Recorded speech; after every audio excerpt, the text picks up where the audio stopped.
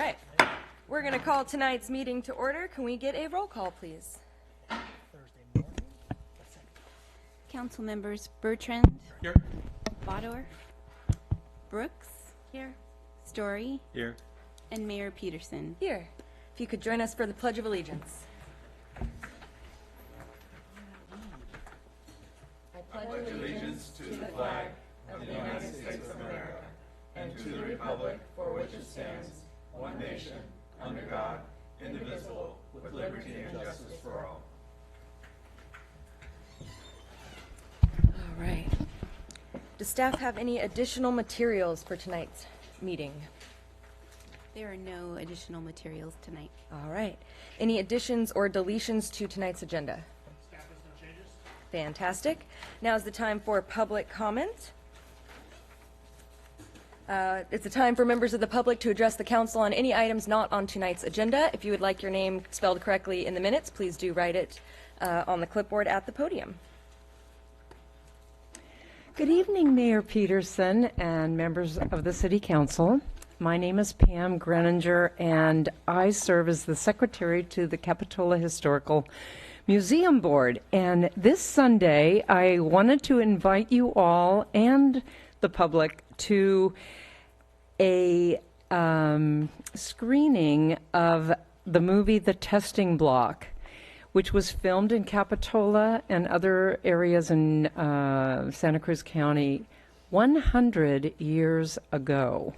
So this is the centennial screening of the film The Testing Block, and the museum and the Cabrillo College History Success Club are screening the film at 3 o'clock Sunday afternoon at the Capitola Community Center at Jade Street Park.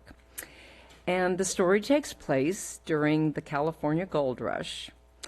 William S. Hart plays an outlaw who settles down and tries to become a good guy. Eva Novak stars as his wife, and Gordon Russell plays the evil Jack Ringe. This will be a fun experience to see. It's an hour long. It's a Western drama, and the event is free. Of course, the museum always welcomes donations from the public, and I just wanted to invite you again and let the community know about the event that is going to be here on Sunday. Thank you. You have a question? Okay, let's wait till the whole public comments over. Thank you. Just one. Yeah. So whereabouts was it shot? Well, it says in Capitola, actually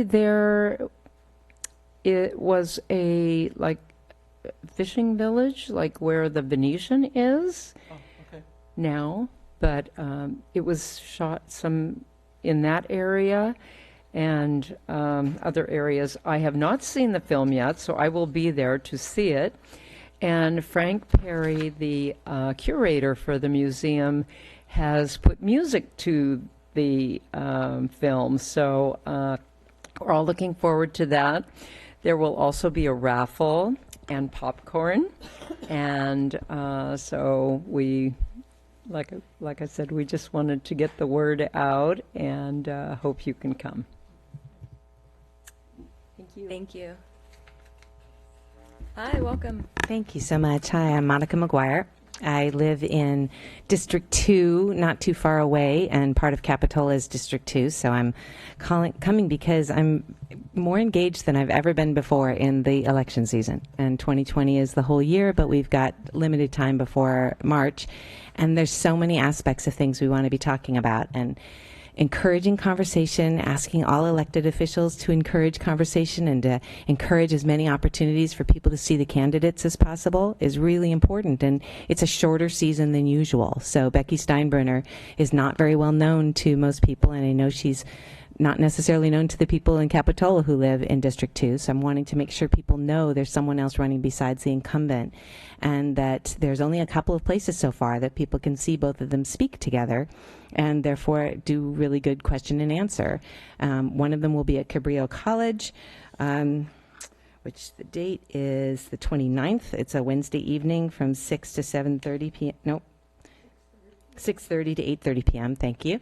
And then another one will be even sooner on Monday evening at the Corralitos Women's Club, starting at 6:30 p.m. as well. And that is just my hope that that will stimulate many more conversations for all of us who really need to combine our best efforts, both countywide and citywide. And you guys do such a great job. I'm really happy to be here saying that. But as well, one of the key issues I hope that we'll all be asking about, and I've mentioned before to you, my husband is one of the few people actually qualified to talk about the health difficulties of electromagnetic frequencies on our bodies. He's not only got an MD, but an electrical engineering degree and a bioengineering master's. And he is giving a talk at the Scotts Valley Library on February 1st from 1 to 3 p.m. And that's a Saturday. And there's the EMF Aware Santa Cruz is putting that on. And it's a really vital topic to all city councils because it's why we want the precautionary principle for 5G. And you have him here as a local resource, and we just really want you to be able to call us and check with us any way you'd like. You can reach him through me. My website is monicamaguire.com. My phone number's there even, but Monica at monicamaguire.com. You can reach Dr. Carl Merritt through that. And I think there was another one I was going to announce. There's also, yes, I was also thrilled. Scotts Valley is doing something else. They are also doing an information night on all the ballot issues, and Gail Pellerin will be handling that this Saturday from 2 to 4 p.m. At the Scotts Valley High School. So those are just things that it's so good to be able to say, let's all meet up and have really good election season conversations this year. We need it so much. Our future is such at stake, and so appreciate all of you doing your part. Thank you so much. Hope to see you at these places. Hello, welcome. Hello. Marilyn Garrett. I've been coming for years about the dangers of wireless microwave radiation, excuse me, from many sources, and calling upon elected officials to do what's responsible to protect the public from these exposures. Now, as Monica was speaking, I was recalling in this very room about almost 10 years ago now, Dr. Carl Merritt was here about the rollout of the so-called smart meters, which are pulsing microwave radiation.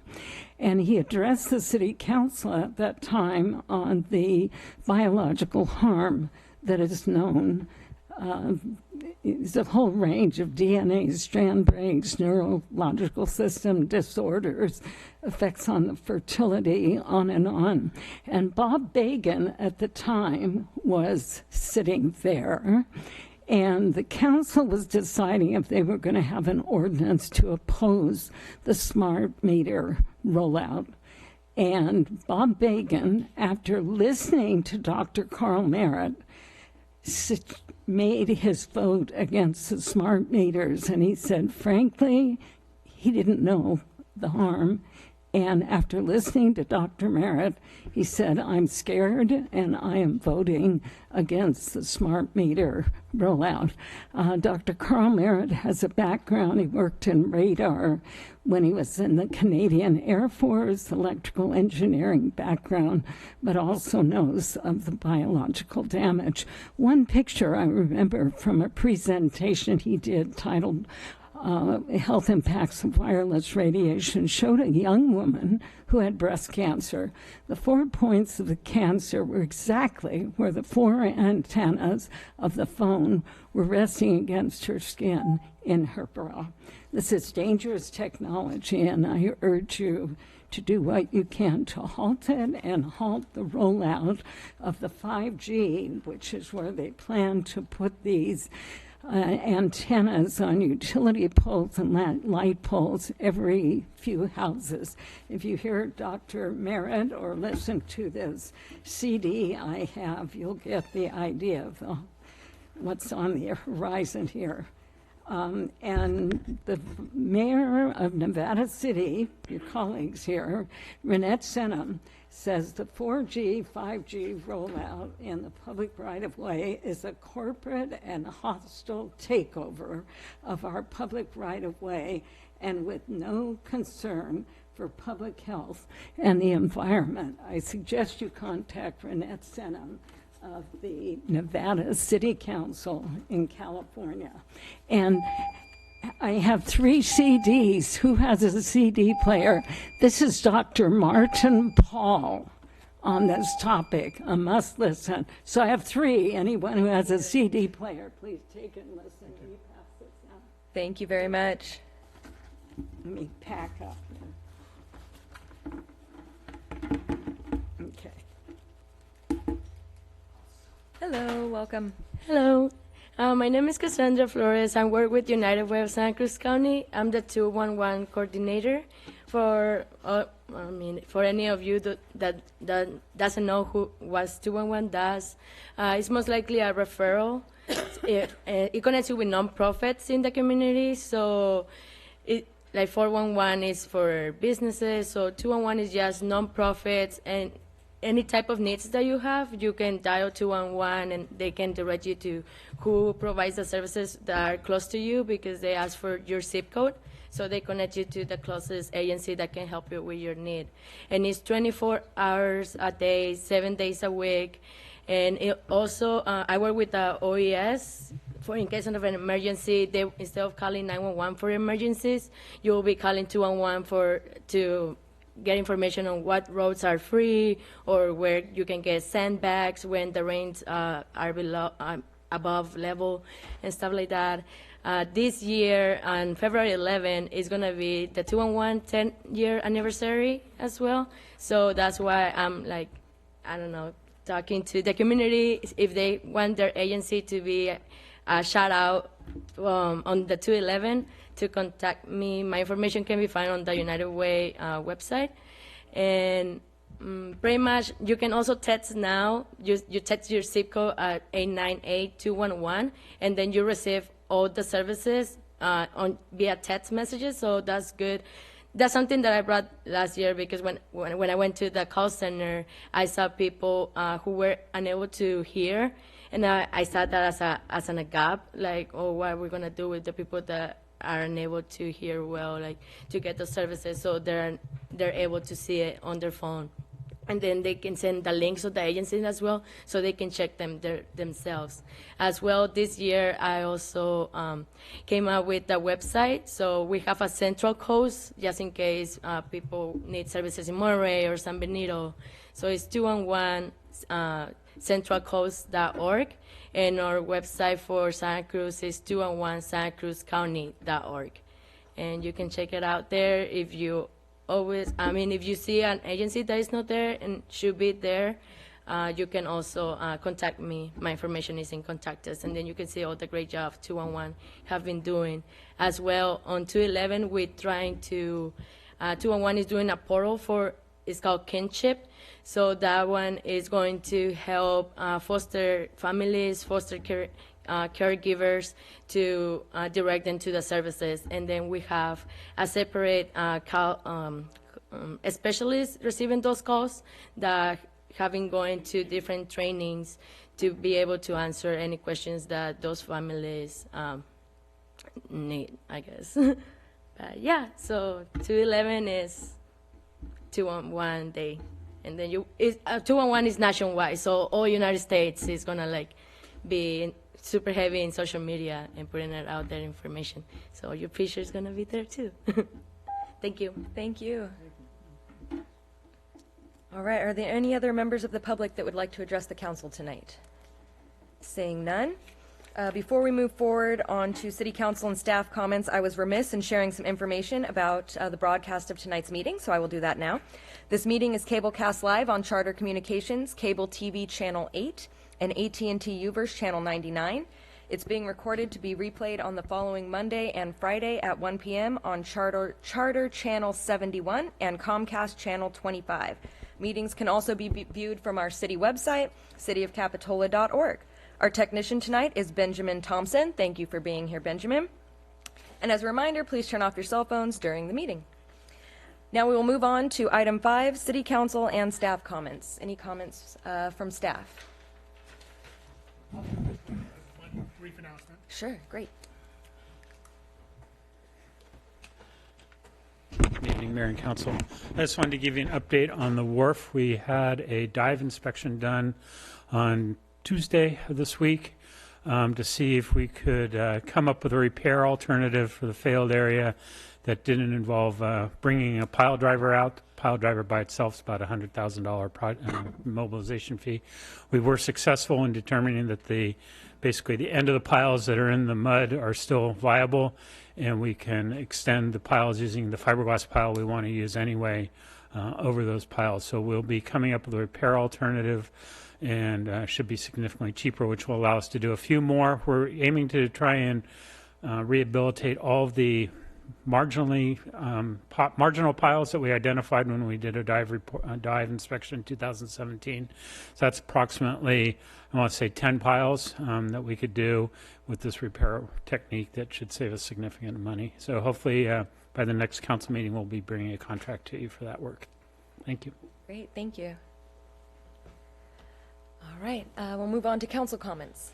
Any comments from council members? Councilmember Bertrand. Yeah, today I went to an informational hearing on efficient building techniques.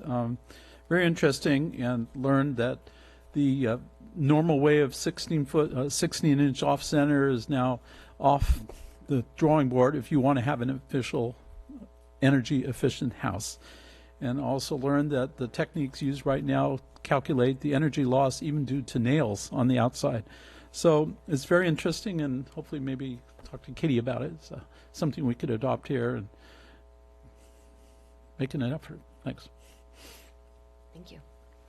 Any comments? I do.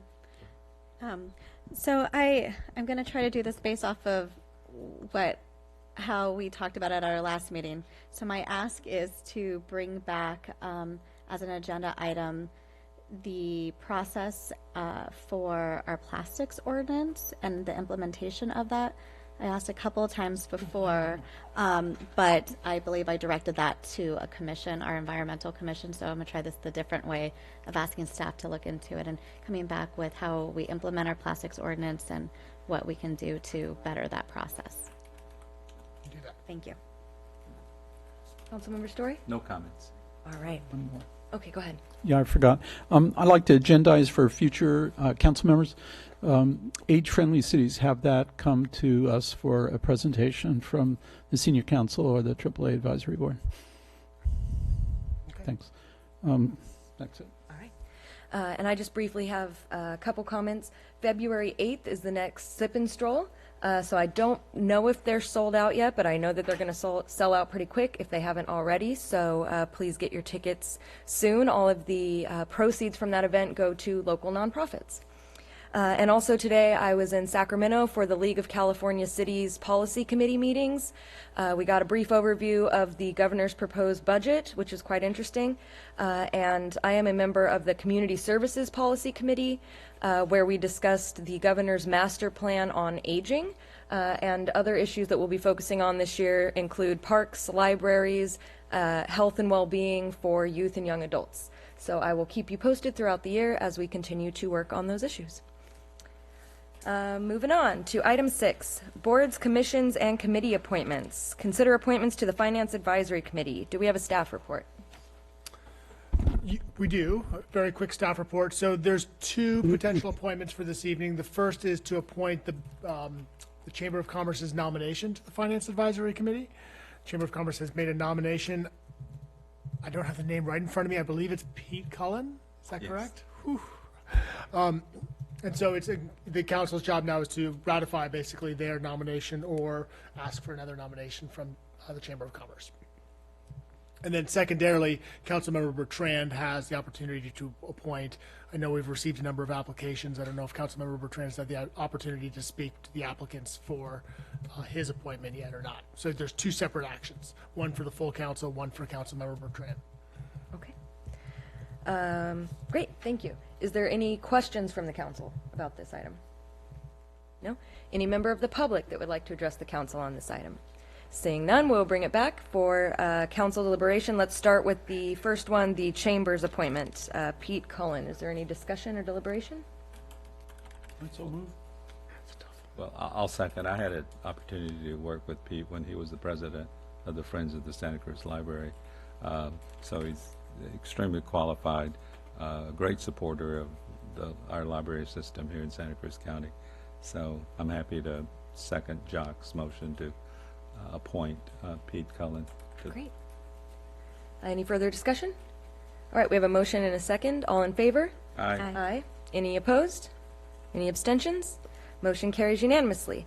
Now we will turn to Councilmember Bertrand. You have the opportunity now, as I understand it, to make your appointment or extend recruitment. So we seek your direction. I'm going to extend the recruitment for next meeting, I guess. There are 3 right now. I've only met with 1. I set up an appointment with another person, and that had to be postponed due to a conflict, and I'm still trying to contact the 3rd, Tom Evans. So I have not met with all of them. Okay. So does staff have direction to extend the What we'll do is we'll continue this item to the next. We won't extend the recruitment. So the recruitment, if you're comfortable with that, is closed at this point, and we'll continue this item to the next meeting. I am really pleased that staff has gotten 3 recruits. Great. I mean, this is extraordinary, so thank you very much. Of course. Yeah, I think we have enough to consider. Great. All right. We're going to move on to item 7, the consent calendar. All items listed on the consent calendar will be enacted by one motion in the form listed in the agenda, which is available in the back of the room. There's no separate discussion on this item unless members of the public or city council request specific items be discussed for separate review. Any items pulled for separate discussion will be considered following our general government items. Is there any member of the public that would like to pull any of these items for separate consideration? Seeing none, we'll bring it back to the council. Yes, Councilmember Story. I didn't necessarily want to pull an item, but I did have a question about item B, and it's concerning our cash position. So should we pull it or should we vote on the other 2 first and then answer the questions on the 3rd one, or should staff just, okay. All right, so let's pull item B. We'll vote on A and C, and then any questions you have, Councilmember Story, will have answered by staff, and then we'll continue to vote on item B. So is there any questions on item A or C? No. Okay. With that, then we will entertain a motion. I so move to approve consent calendar item A and C. Second. There's a motion and a second. All in favor? Aye. Aye. Any opposed? Any abstentions? Motion carries. Let's go ahead and come to item 7B. I know it's supposed to come after general government and public hearings. For the sake of just moving along, let's go ahead and see what kind of questions we can get answered. Yeah, thank you for entertaining my question. I just wanted to ask the city manager, because I noticed for the last several months our general fund balance has been significantly in the negative. And I think I do recall the reasons why, but I guess my question was when the city manager may anticipate that our general fund balance may become positive? So for those of you who aren't familiar with this, the city's cash flow the money goes out relatively linearly throughout the course of the year, but it doesn't come in that same way. And generally our lowest cash position is usually towards the end or middle of December. So at this point, we are near the low point. So for the check registers you're seeing now in our cash position, we are near the low point in terms of our cash position. I would expect, and I've got our finance director here who can chime in and help out a little bit more, but I would expect our cash position to climb up through the spring, and usually by May, we usually sort of hit that 0 point, if I remember correctly, when I look at our annual cycle. Jim, do you have anything to add? Good evening, Mayor and Council. I would just add that that's available cash. We have cash. It's not like we're operating in a deficit on a line of credit. We have cash. That's just our available cash. And the city manager was absolutely correct that usually we get our second installment of property tax in late May or late April, early May, and that's when we'll flip to the positive side. Right. That's what. Yeah, and I understood that we don't necessarily aren't in a negative overall cash position, but just seeing the general fund and being that large into the negative, I was curious about when that may turn around. So the one other interesting thing, and I won't belabor this point too much, but the interesting thing is that the UAL payments on our PERS pension liability, if we pay them at the beginning of the year, PERS now gives us a discount on it. We save 3.5%. So we do that, and over time, as you'll recall, those PERS PERS payments have increased significantly. So maybe a few years ago, I want to say it was in the 700,000 range. Correct. And now we're at 1.5. 1.5. And so we're making that on day one of the fiscal year. So that's exacerbating this a little bit. Okay. Okay, thank you for that information. Right, any further questions? No? Okay, can we entertain a motion for item 7B then? Yeah, I'll move approval of item 7B. Second? Oh, All right, we have a motion and a second. All in favor? Aye. Any opposed? Any abstentions? Motion carries unanimously. We're going to move on to item 8, general government and public hearings. 8A, overview of new state requirements for accessory dwelling units. We have a staff report. Yes, we do. Thank you, Mayor Peterson, council members. I'm here tonight to talk to you about accessory dwelling units, or ADUs. A lot of important developments recently. There were 6 bills signed into law in October of 2019 that completely changed the way ADUs are processed and approved, and those changes all went into effect as of January 1st, 2020. Staff has been working very closely with the city attorney and planning consultant Ben Noble to draft our new ADU ordinance since those bills were signed into law. The City of Capitola's existing ADU ordinance is not consistent with the new state law, so therefore it is null and void. ADU applications in the city will be reviewed and approved under the government code until the City of Capitola adopts an ordinance that complies with that code section. There are several general ADU standards that have changed. Jurisdictions must allow ADUs in all areas zoned to allow residential uses. Owner occupancy requirements are only permitted for junior ADUs. Jurisdictions may prohibit rentals of less than 30 days in all ADUs and must prohibit short-term rentals in ADUs approved under the limited standards section, which I will describe in depth later. Jurisdictions may also allow the separate sale or conveyance of an ADU from a primary residence if it was constructed by a qualified nonprofit organization under AB 587. This part is optional and will be raised as a discussion point in the staff report for the next meeting. Jurisdictions may not require correction of non-conforming zoning conditions as a condition of approval, and no fire sprinklers may be required unless they are required in the primary residence. And last but not least, all standards, including our maximum floor area ratio, must be waived to permit at least an 800 square foot ADU, 16 feet in height with 4-foot side and rear yard setbacks. So if that just sounds like gibberish, what that means is that even if a lot has an existing dwelling that is at or over the maximum floor area ratio, the city has to permit an 800 square foot ADU. So this pretty drastically changes how we do planning in the city, especially in our R1 zones. The new laws also changed the review and approval process. Limited standards ADUs must be reviewed and approved administratively with no discretionary hearing or public hearings, discretionary review or public hearings if they meet minimum standards, which I will describe in a later slide. These types of ADUs include internal ADUs, which are ADUs converted from existing structures, including primary residences, attached and detached garages, and any accessory structure, even if the structure is non-conforming, meaning sitting right on a lot line, for example.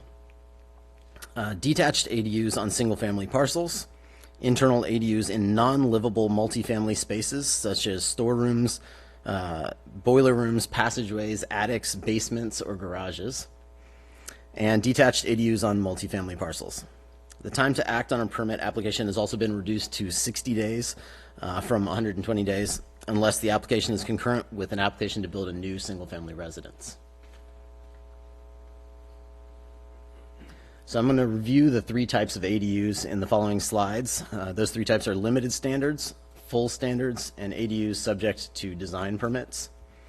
The first type I'll review is the limited standards ADUs. The 2 types of ADUs that must be reviewed and approved under limited standards, there are 2 types of ADUs that must be reviewed and approved under limited standards on single-family lots. Those 2 types are one ADU or junior ADU with an existing or proposed single-family unit or accessory structure. They are allowed an expansion of up to 150 square feet, but only for ingress and egress. Exterior access is required, and setbacks must be sufficient for fire safety. And the second type is one new construction detached ADU on lots with an existing or proposed single-family unit. Those cannot be more than 800 square feet, 16 feet in height, 4-foot side and rear setbacks. And these can actually be combined with a junior ADU, which when combined with the primary dwelling actually creates a triplex on the property. There are also two types of ADUs that must be reviewed and approved under limited standards on multifamily lots. The first type is multiple ADUs within an existing multifamily building. These must be converted from space not used as livable space. I listed the examples before, but storage rooms, boiler rooms, garages, but they do have to meet code standards, obviously. Local jurisdictions must allow 25% of existing units in a building, or one unit, whichever is greater. So for example, a 12-unit building would get 3 conversion ADUs if they had 3 spaces they could convert. And the second type is not more than 2 detached ADUs on lots with existing multifamily units. Those obviously have to be detached, and they have the 16-foot height and 4-foot side and rear setback requirements. So next up we have the full review standards. These standards are applied to additions and new detached ADUs that do not qualify for the administrative approval under the limited standards section. This category is pretty limited. It's just 1-story attached ADUs and detached ADUs between 800 and 1,200 square feet. Applications for these types of ADUs would be reviewed and approved administratively under standards very similar to the limited standards ADUs, plus some objective standards.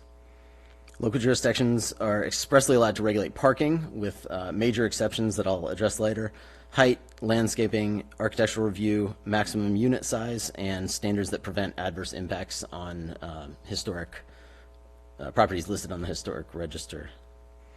Local jurisdictions are also prohibited from enforcing minimum lot size requirements. That was a very large change. No setbacks are required for conversions of existing structures, even if they're non-conforming. The only setbacks I've mentioned are the 4-foot side and rear setbacks, and there's a minimum size that we have to allow of 150 square feet for efficiency units, and the maximum for a 1-bedroom is 850 square feet and 1,000 square feet for 2 or more bedrooms. As mentioned previously, while the new law mentions the ability of local jurisdictions to require parking, it also exempts most ADUs from those parking requirements.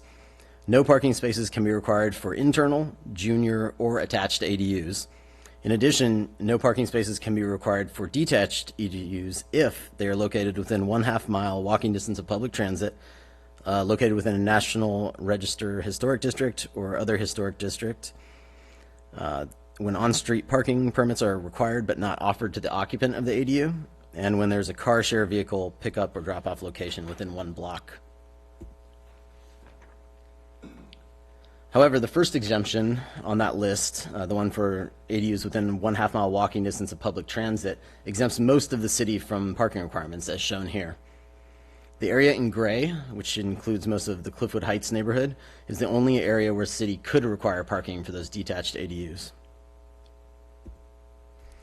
However, there are several bus stops along Park Avenue that are currently inactive and not included in the previous map.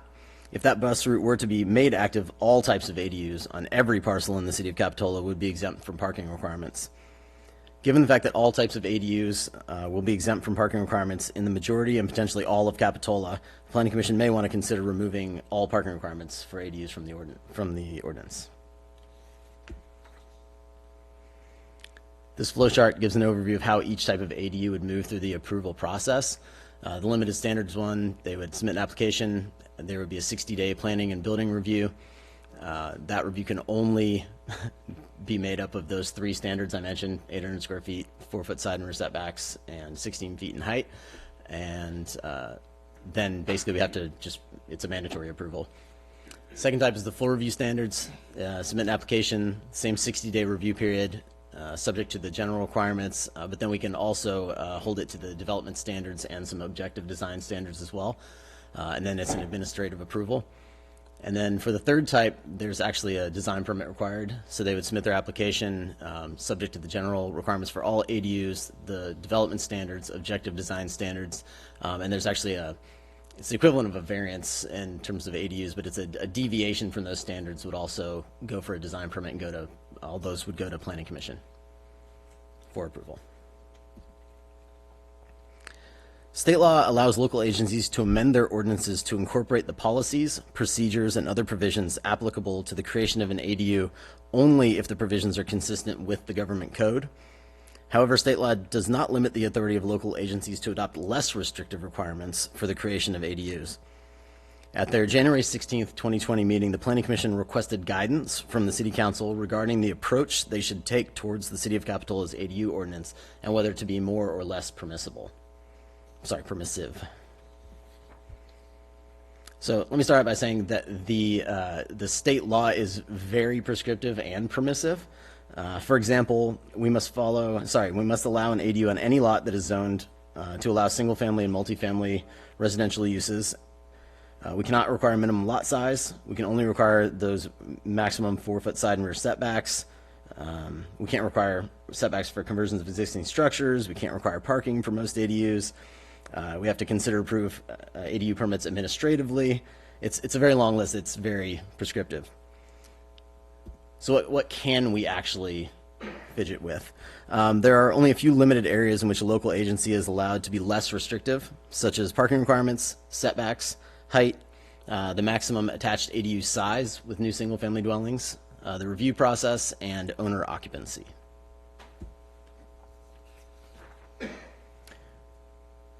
So I'll start with parking, because that was the first thing on that list. Currently, the state law would only allow the city to require one parking space for detached ADUs in the Cliffwood Heights area. All other ADU types in all other areas would be exempt from parking requirements. The City Council could direct staff to remove parking requirements from all ADUs, and that's actually what we'd like to recommend tonight. In terms of setbacks, I've mentioned this multiple times now, the 4-foot side and rear setback is what is in the state law. The City Council could direct staff to include first and second story setbacks of less than 4 feet.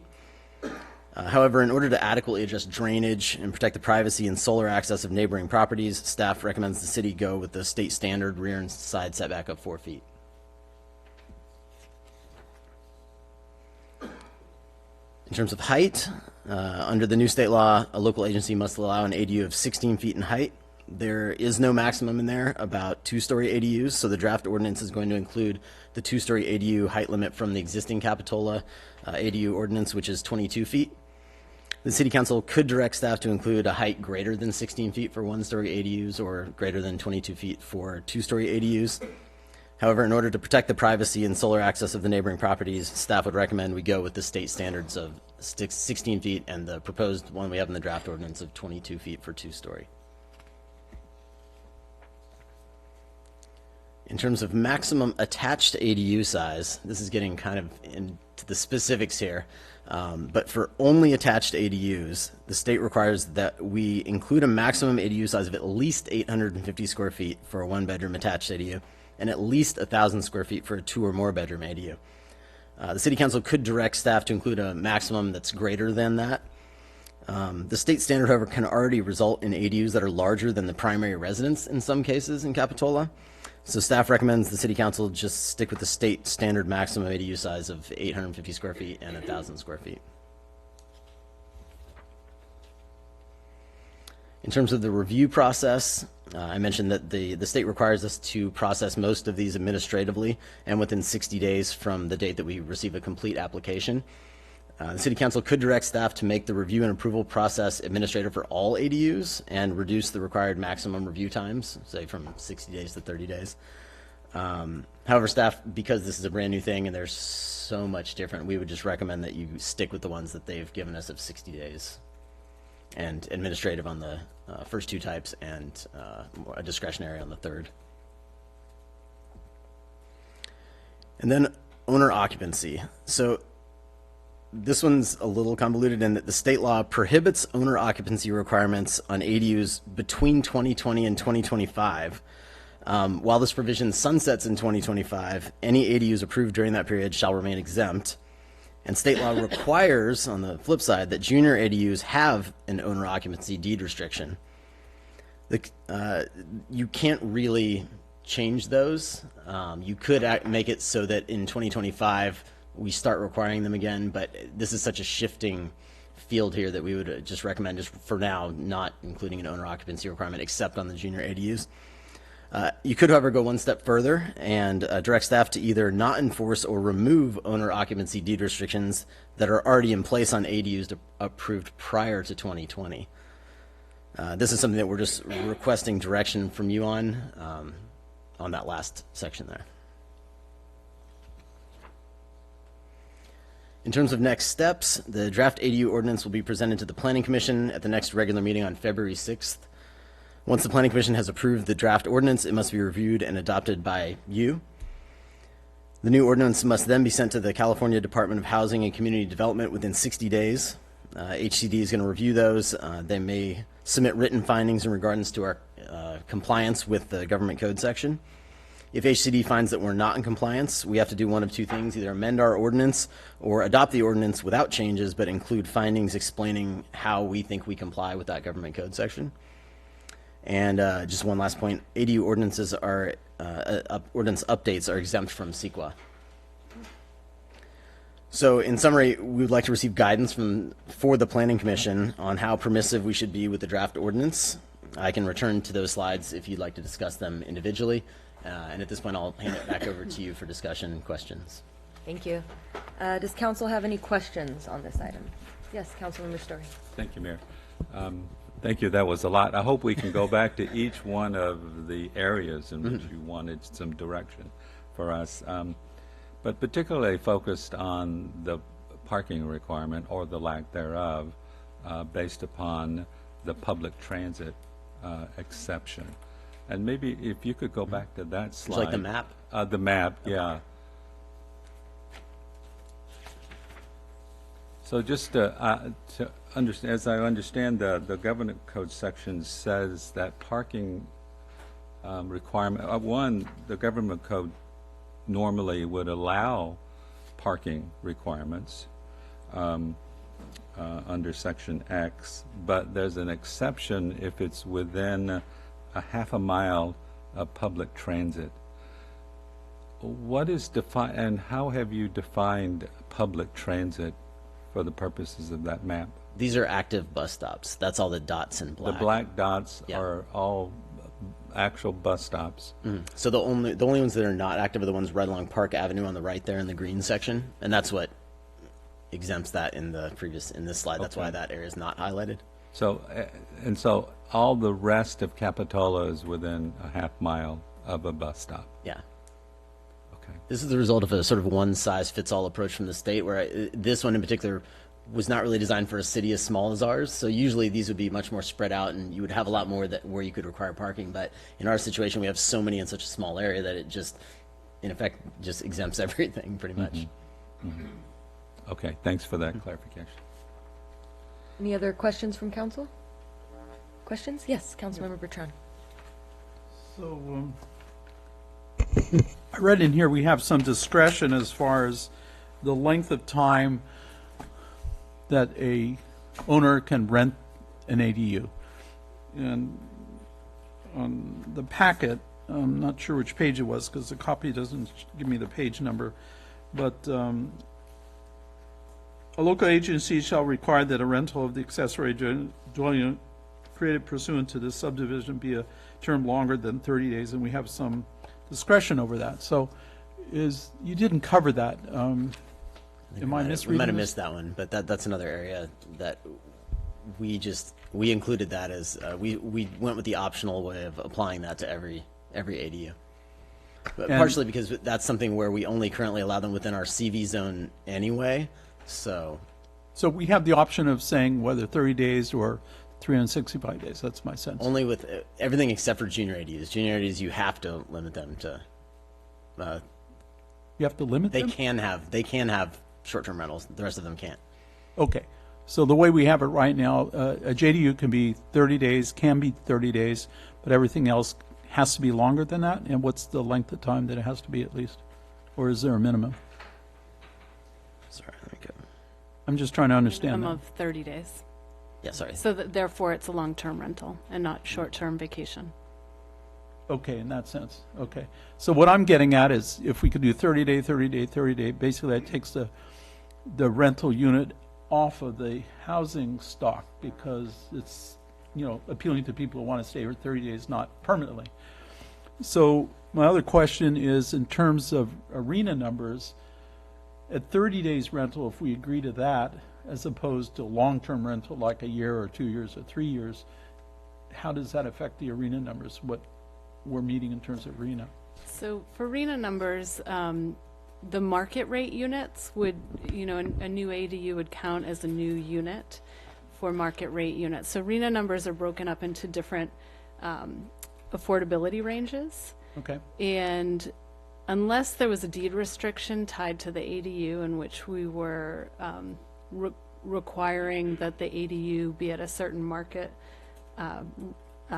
affordability rate, right, then you could check off the box for arena numbers that say low income numbers. But without any deed restriction in place and for affordability, so that it's rented at that level, the only arena number that this will address is just your market rate housing, which is the largest portion of our arena numbers, but the one that we're about to meet that actually currently, because we're pretty close. So my sense of the arena numbers is we're trying to create permanent housing stock, and a 30-day rental to me does not do that in the sense of having a family stay there, 2-3 years or something like that. 30 days is that really qualifying as something that fulfills the arena requirements? Yes. So Wow. For market, but so to break it down for you, a vacation rental is typically less than 30 days. So once we say 30 days or more, you're talking about a long-term rental, and it's usually somebody taking on a 1 to 2 year lease or longer, and that's, so don't think of it as increments of 30 days. It's 30 or more. So Okay. it's your typical long-term rental. Okay. So the potential I'm thinking of is someone renting perhaps at a higher rate, because this is a demanding area, in terms of accessibility, in terms of vacation, stuff like that, but taking essentially that apartment off of the regular market for someone who wants to live here and work here and have their kids go to school and stuff like that. That's what I'm thinking about. Okay. But technically it does qualify for arena. Yes, Okay. 30 days. Yeah. Okay.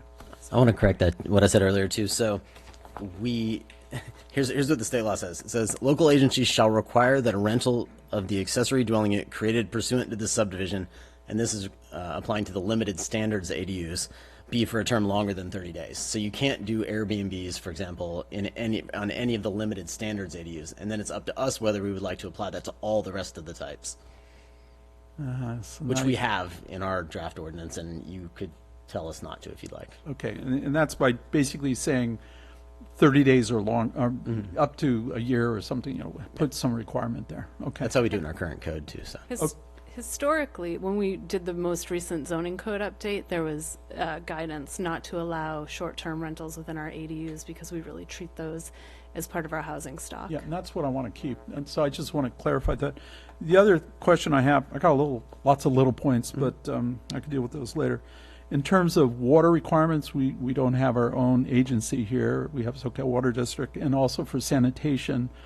And so I was a little unclear in terms of getting a permit to build or having to have a meter or connect up with the existing meter or have a new sanitation line or connect up with the existing sanitation line. Could you clarify the state law is very prescriptive in terms of water providers, of which, as you mentioned, we are not. However, Soco Creek Water District has, I haven't looked at Santa Cruz yet, but Soco Creek is interpreting it as conversion ADUs from existing space do not need a new water meter. And that's like the JDU. Yeah, well, not necessarily just junior, anything converted, so internal or junior. Those are distinct. Internal things. Or junior? Okay. Yeah, juniors are very specific in terms of 500 square feet or less. Okay, the size. Okay, got it. The kitchen requirements. There's different things for juniors. Okay, got it. But it's no water meter for an existing house with a conversion ADU. However, any new construction, so that's a new attached, new detached, those all do require a meter. Okay. Yeah. Even though the intent of the new laws from the state is that we want to increase housing, but in this case, that's going to offset the ability to build those housing, and if we can't get a meter, right? I've double checked with them and discussed this with Soco Creek, and they assure me they have met with their attorneys and that their application of this they feel confident in. So in effect, the only new housing we're going to be able to create is JDUs or internal ADUs? Oh, no, you can do it. It just costs a little bit more money.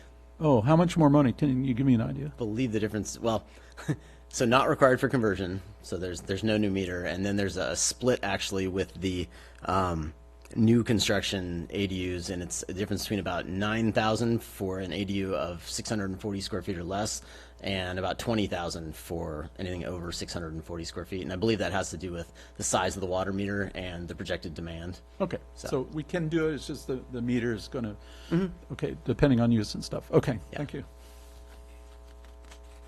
Is that all your questions? Yes. Okay, thank you. All right, that's council questions. We'll bring it now to public comment. If there is any member of the public that would like to address the council on this item, now would be the time.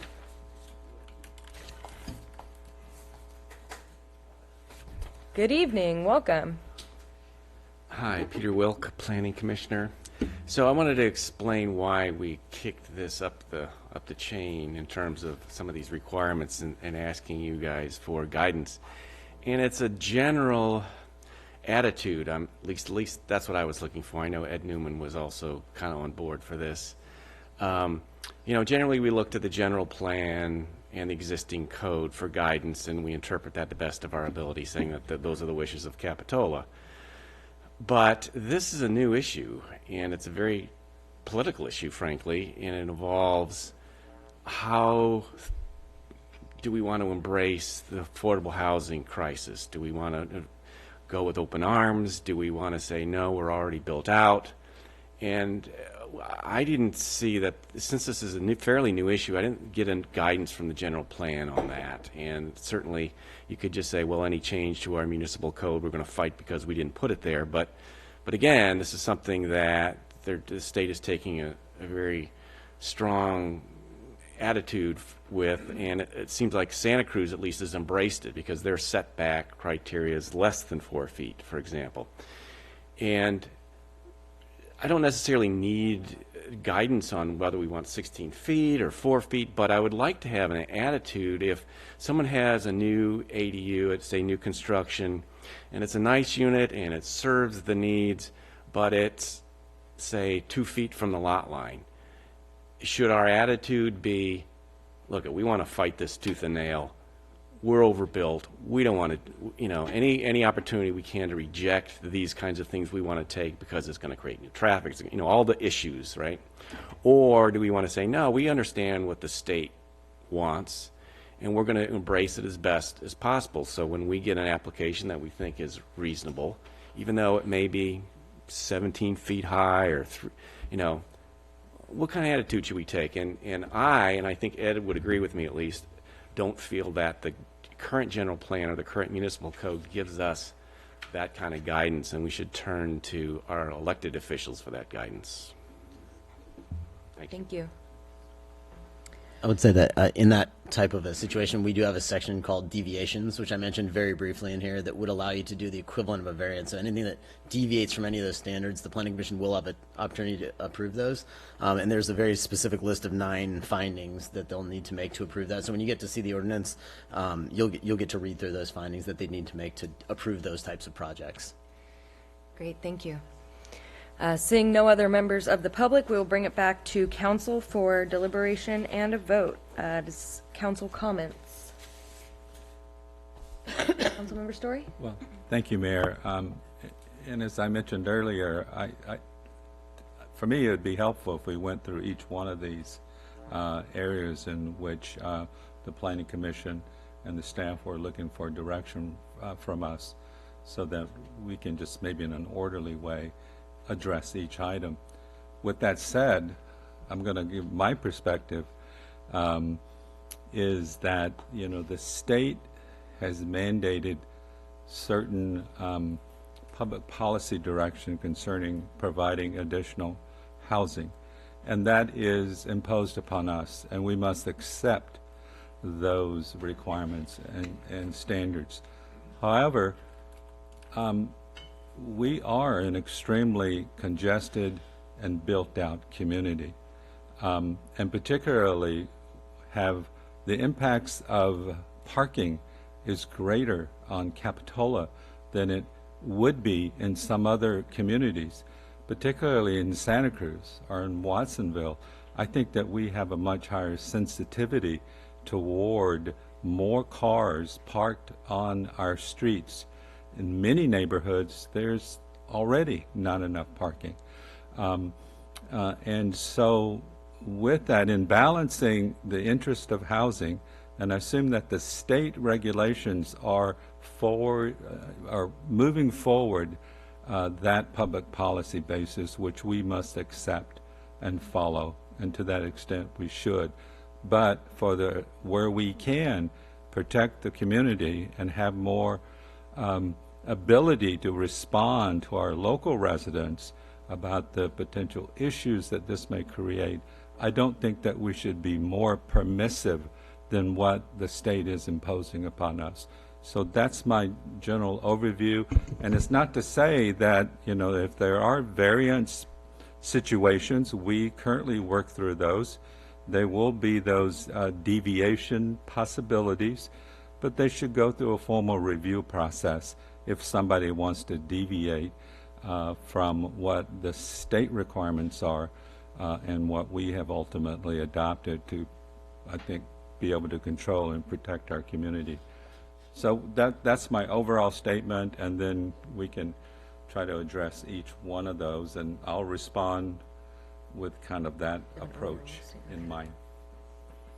Okay, we will go through those one at a time. Do you have any overall comments on this before we move forward? Yeah, And then just we'll come to the speaker's point, I'm in mostly agreement with Council Member Story. I think that we need to give this some time on to see what other jurisdictions are doing, to see what's working and what's not working for in other cities.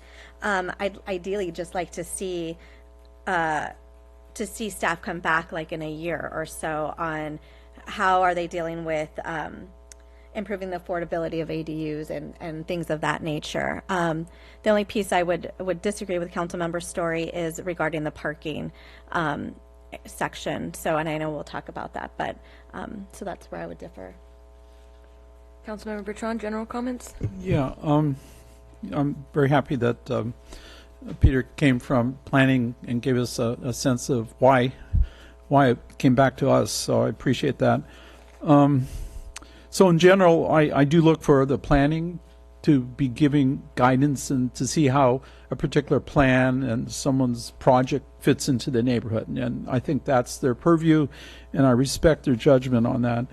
And if there are going to be points that we could make variances on, I'll look for the ordinance to see if I feel good about those variances. But one that comes up to my mind, and Sam sort of jumped in on it, parking is a big one, I have to admit. So Yvette, we'll see how this works out. But another one that came up that was listed is in terms of traffic impact.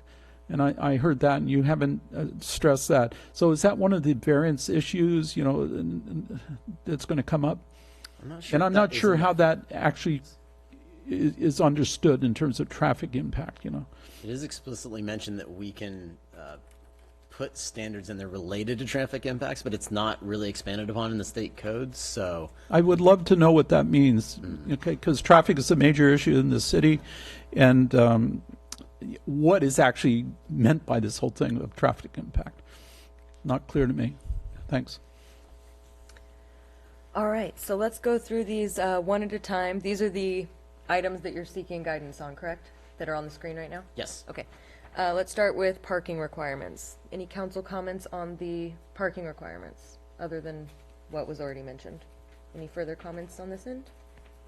Well, as I understand, the request was, one, whether to be more permissive for the Cliffwood Heights area. That's the only place where we currently have any discretion. Yes. So in keeping with my approach to this, I would recommend that we not be more permissive even in that area, because one, the state exemption in my mind is based on a false premise, that because somebody lives within a half a mile of a bus stop, they're going to take the bus and not have a car, and we know that that's false. That is not going to happen. And with and it's also bus stops are not in our control. They could flow and or change and go. They're not on Park Avenue. They may be on Park Avenue. They may go away someplace else. And I just think instead of giving up what modicum of control that we have, we should just be consistent with what the state requirements are, but where we have the ability to require the parking or consider that, we should maintain that power to do that. And so with that, I mean, my view would be not to be more permissive concerning the parking requirements. But the rest of it's already kind of mandated, and currently as things stand, we don't have the ability to control the parking, and we'll have to live with that. Thank you. Councilmember Bertrand? Depending on what the parking requirements are, that could mean an ADU could be put in or not put in. And so I'd like to get a better understanding of what this would mean in terms of the city of Capitola when this is presented to the Planning Commission. So I did attend a talk about a year ago, and the whole emphasis of the talk was that putting parking requirements into a plan increases the cost considerably. And so for someone actually trying to put an ADU in or a project in, putting that parking requirement increases the cost quite a bit. So does that mean if we put those parking requirements in, that will depress ADUs being built in the city and therefore not providing residences for potential, people that want to live in Capitola? So I want to understand that issue before I rule on that one. Yeah, just from personal experience, I think a parking requirement dissuades ADUs from being built in a lot of cases simply because they don't have anywhere to provide it. Right. I don't think it necessarily increases cost. I think it's just prohibitive sometimes because the lot's there's nowhere to put an additional parking space. So. Okay, so if we had a parking requirement, it's not because, okay, there's just no place, right? Okay. Mm-hmm. Okay, thank you. Yes, Councilmember Story. If I Yes, may, please. just and correct me if I'm wrong, but my understanding of the government code, it does allow communities for particular ADUs to have parking requirements, but then under section XI, or Roman numeral 3 XI, it says if there's a garage, carport, or covering parking structure is demolished in conjunction with the construction of an accessory dwelling unit or converted to an accessory dwelling unit, the local agency shall not require those off-street parking spaces be replaced. Mm-hmm. So, I mean, I don't like it, but there's a mechanism here. If somebody really felt that they could benefit and wanted to provide, and they had a carport, they could demolish the carport, put in an ADU, and not have additional parking, and we would have to live by that. And so, I mean, to me, there's a means for people to get around that threshold. And so, and I just don't, I mean, to me, again, the traffic and the parking is so impactful from us. I don't know that we should be more permissive than what the government code already allows. I think I could go along with that based on your response. The reality is that we can't really do it anyway. There's not the cost element that I was thinking about. That's what you're sort of saying. The space is not there to provide an extra spot. All right, but I think he was making a slightly different He's point. definitely a different point. I'm just yeah. going back to what you said. Mm-hmm. Okay. Okay. I would agree with what Councilmember Story is saying, that the new laws, the new California laws, are quite generous already, and I would be concerned with giving up any more local control than we're already having to. However, I'm curious, rather than having a blanket statement that no parking is required, being more permissive, is it possible to say that we do still have the one parking space required, but the Planning Commission has the right to, on a case-by-case basis, determine that a project has more value even if it doesn't have the parking space, and kind of void that? Is that an option for them to choose on a case-by-case basis if it needs a parking space or not? Or do we have to choose one or the other? The movement is towards objective standards, and that sounds very subjective to me, so I don't think so. Okay. Okay, thank you. All right, any further discussion on this particular, on the parking? No? Do we need a motion? Yeah, are we going to vote on each one of these individually? I don't. Or can we? This is just our intent, I think. You're just looking for Yeah. direction. Oh, you're just looking for I direction? don't think you need any Yeah, motions. we're hearing from at least 3 of you that you'd like to keep the state standards for parking and You not can- go beyond that. You can hear from 4 of us in agreement on that. Okay. Fantastic. Great. All right, moving on. What was the next item on the bullet point list there? Setbacks. Setbacks. And if the basic feedback is stick with the state minimums, then I think that the direction is relatively clear. The only other topic area that I think we needed to focus on really is this question about the deed restrictions. Owner occupancy. Owner occupancy deed restrictions. So if the overall direction is, we don't need to talk about height, setback, all these other hot topic areas, if the direction from council is consistent with that first one is, hey, let's this is a big move to take the state standards, and the state's moved us a long way on ADUs. Let's see how that goes first, and let's not go beyond that. This is the only other one I think that probably does require a little bit of deliberation. We have a question from Councilmember Bertrand. So when I hear about deed restrictions, owner occupancy requirements, I wonder if this is sort of a legacy idea. You see, I mean, when I first heard about ADUs, there was always the owner occupied, and it was just sort of an add-on, and it was sort of okay because the owner was always there. And I'm just sort of wondering if it's sort of a mind thing in that sense. So here's the issue. Let me just try to reframe it a little bit. So historically, when the city has allowed people to put ADUs in, we've required them to record a deed restriction that they're going to live in one of the 2 units. This has been longstanding policy in the city, and I think it was really intended not to have the people turn their houses into duplexes and move out of town, to convert them into sort of rental housing, that it was an intent to try to preserve neighborhoods and having owners living in their houses. New state law doesn't let you do that anymore. You can't do that for any new ADU that comes online in the next 5 years.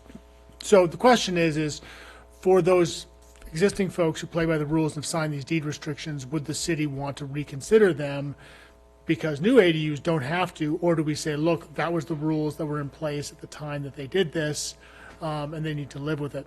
Now, to get back to your legacy question, this question of is it just sort of a historical remnant, we did actually spend some time talking about this during the zoning code update with the general plan, and the council discussed it, went back and forth, and ultimately decided that it was important to keep that owner occupancy requirement. So it may have had long historical roots, but it has been revisited over time. Does that answer your question? It does. Okay.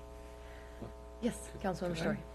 What's the explanation for the sunset of, as I understand it, the prohibition against requiring owner occupancy is going to expire in 2025?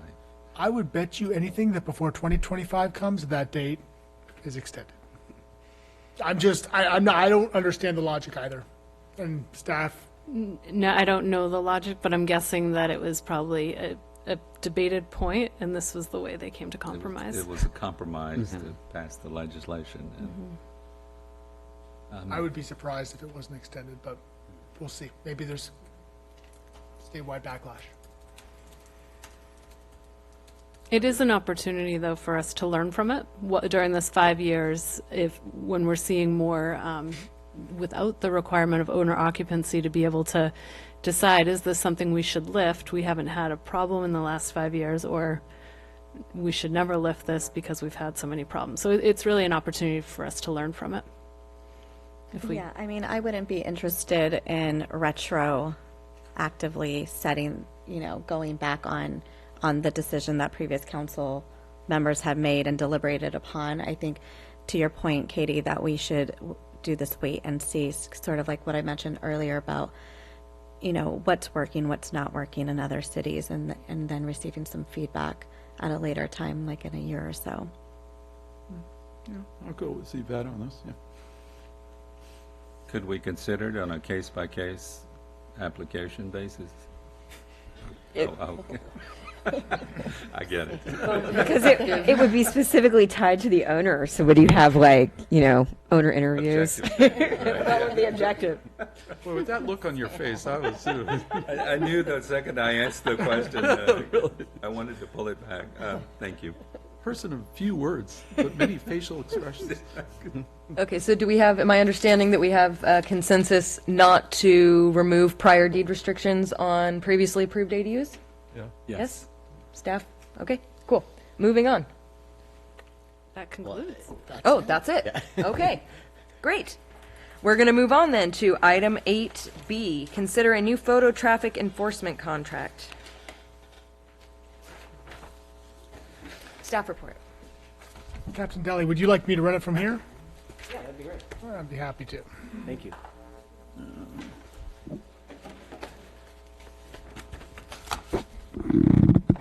Perfect.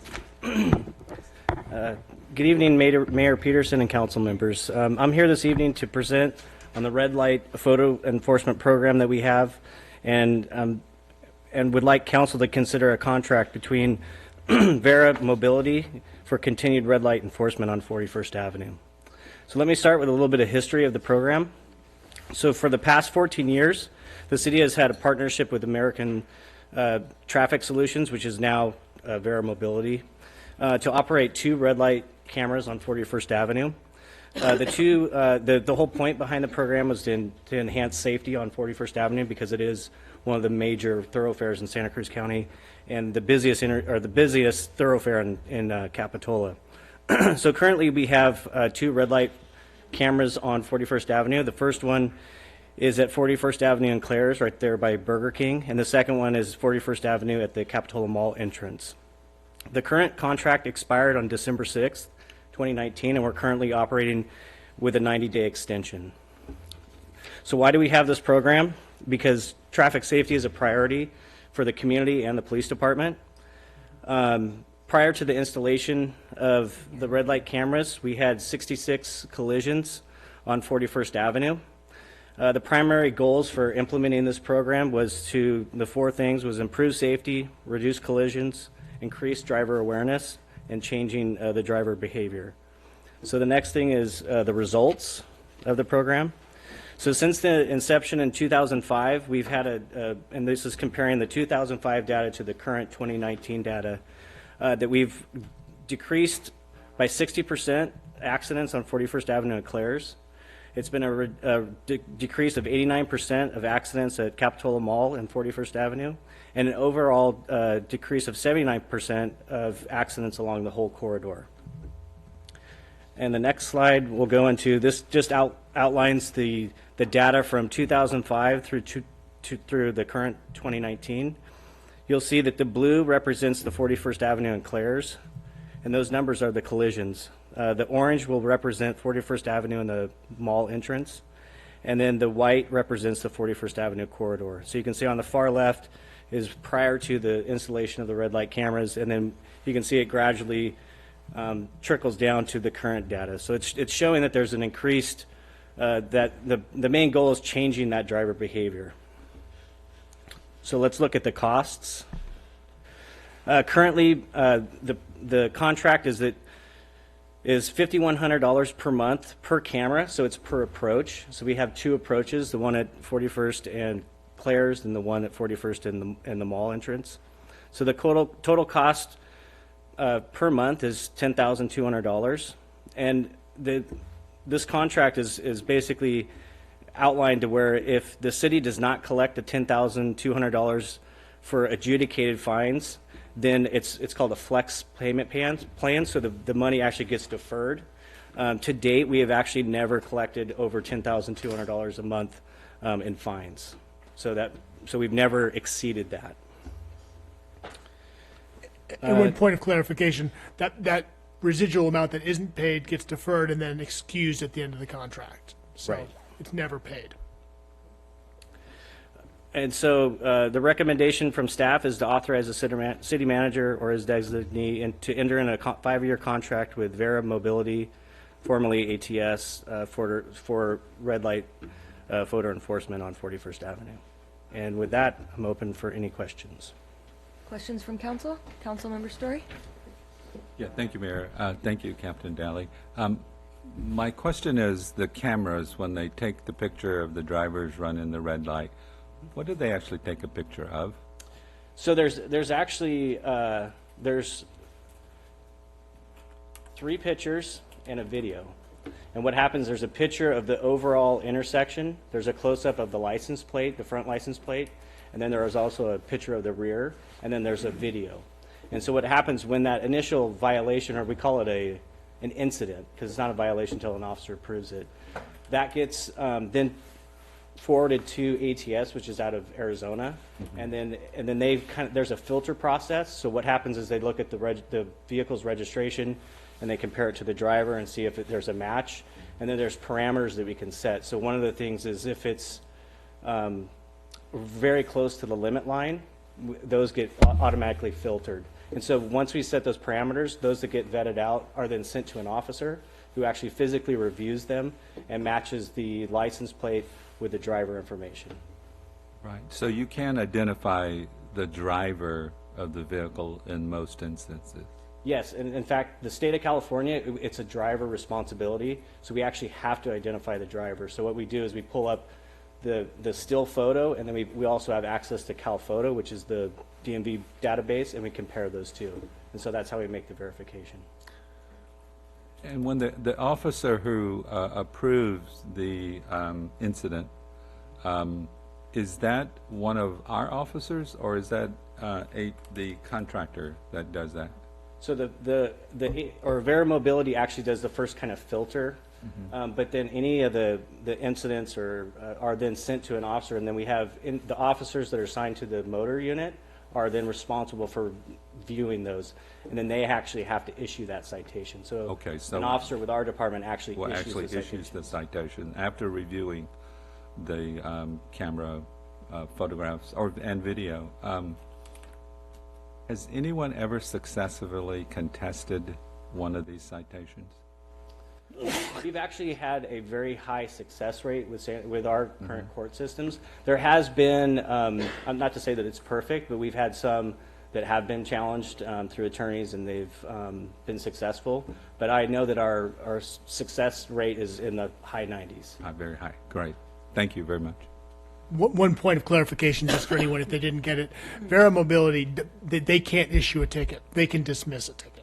So we capture all the different incidences. Some of them get automatically dismissed, that filter that Captain Daly was talking about, and they're dismissed. And then only those that meet certain qualifications then are reviewed by one of our officers. Our officers then dismiss a bunch of those, and then only those that are clear violations where we can identify the driver tied to the registration get issued a ticket.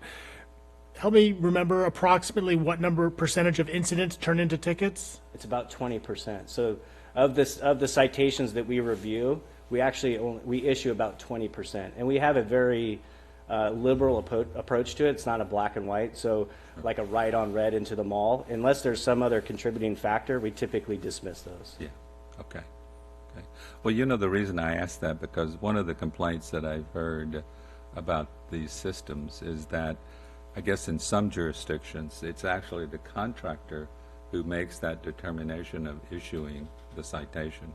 And so, I mean, and I'm pleased to hear that we don't use that kind of approach, and that the officers actually do that. Right, and that may be, like, one of the things is California is that it's a driver responsibility. Other states go into where the vehicle's at fault, yes, where they can assign the fault to the vehicle, much like a parking ticket. Right. But that's in a lot of other states. California is driver responsibility, so we actually have to have it would be, you know, we have to have a picture of the driver, and then we have to compare it. If we can't do that, then we typically don't issue. Okay, thank you. Councilmember Bertrand, you had a question? Yeah, so that was one of my questions, but that clears that up. Are there any other spots along 41st or any other street in Capitola that you think this might benefit us in terms of reducing accidents?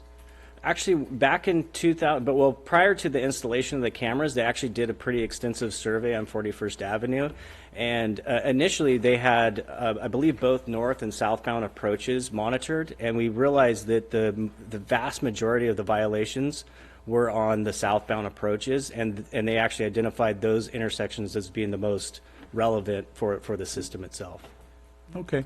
And just for people listening and those here in the audience, do we share any of this information with any state agencies or federal agencies? No, absolutely not. Okay, that's good to hear. Thank you very much. Councilmember Bertrand, one other point that I think may be relevant to your question is that we only have 2 approaches on 2 intersections, red light camera, but the benefits, the accident data benefits spill over to the entire corridor. Good point.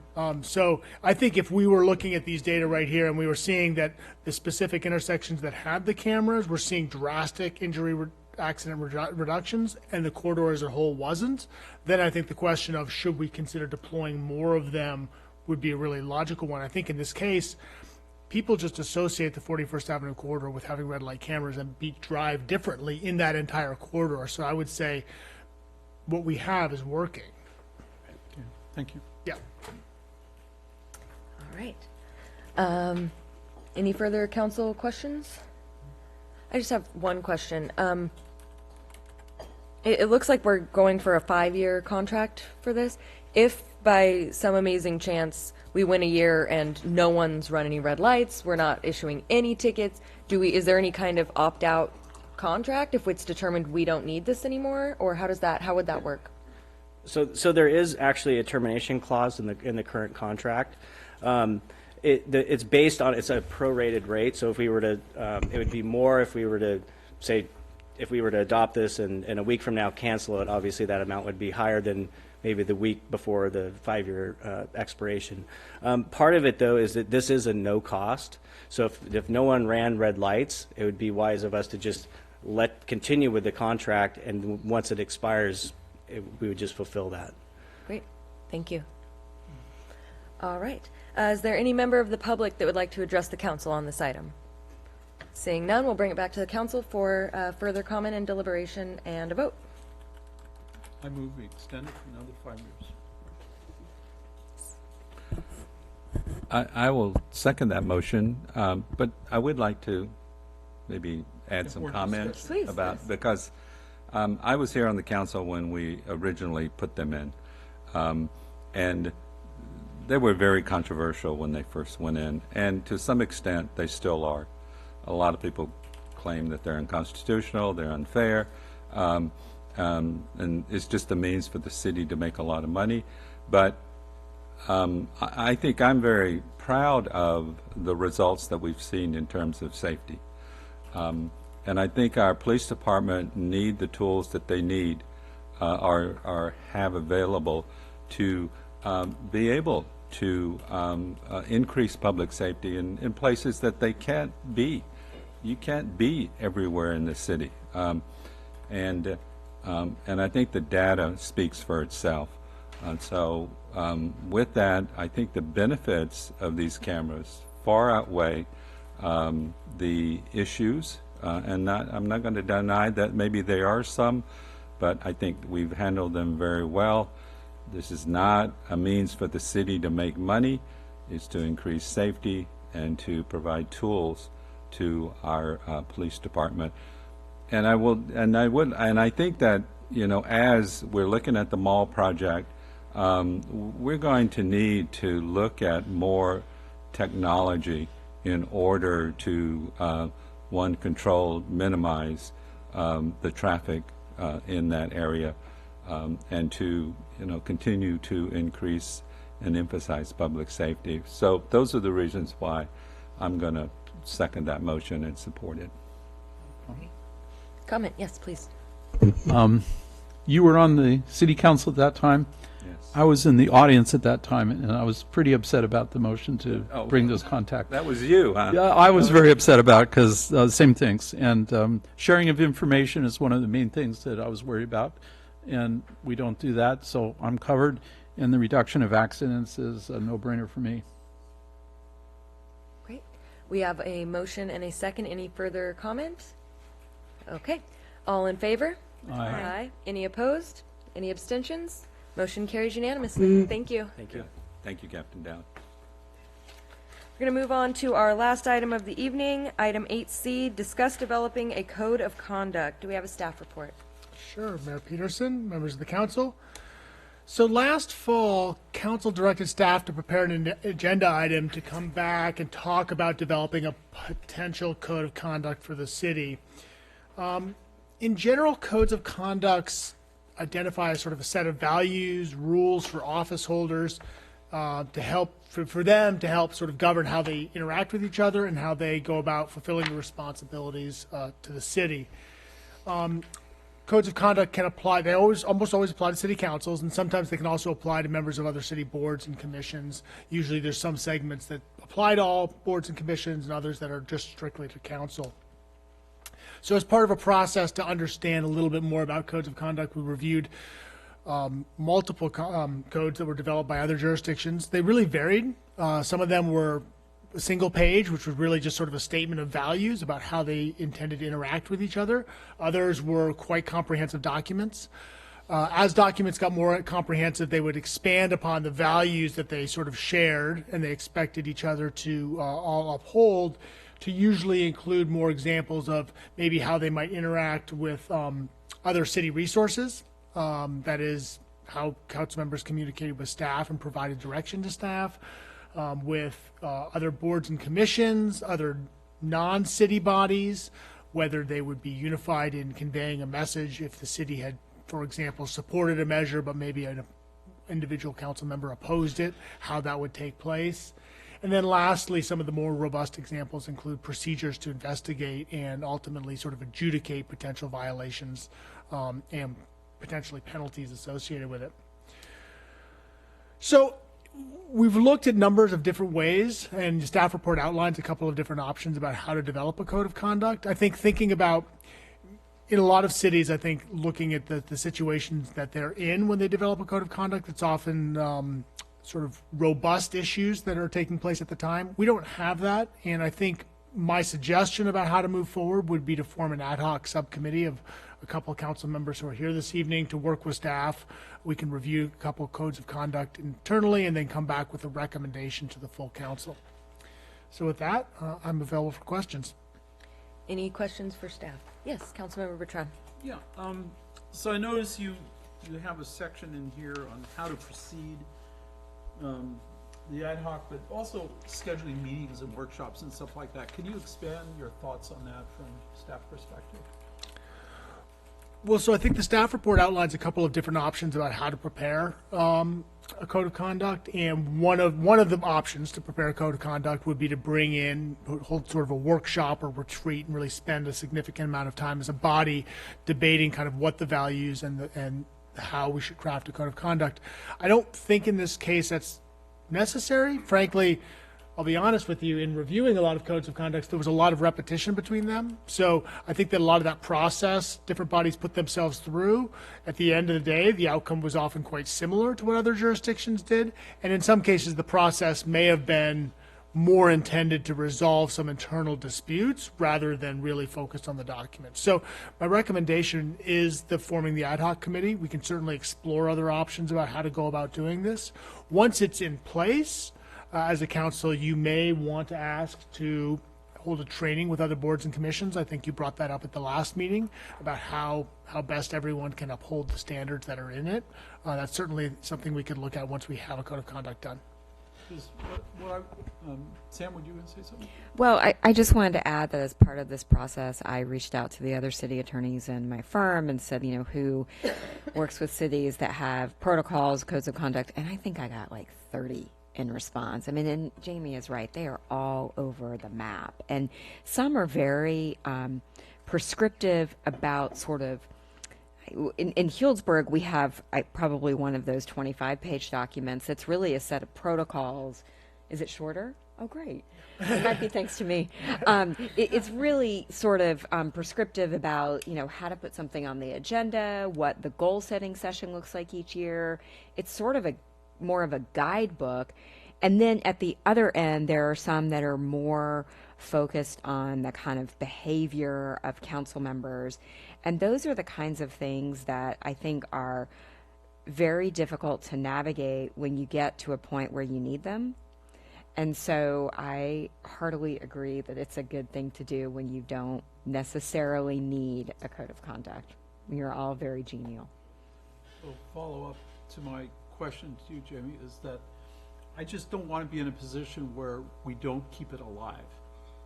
You know, it's there in the books, so to speak, but we don't revisit it every year or every 2 years. And, you know, I think this was initially brought up for a good reason, and perhaps it wouldn't have been brought up if we had something on the books and we kept it alive and people were aware of the fact that we need to have good contact between the various commission members and city council members. Sorry to interrupt. This is for questions. Do you have any additional questions?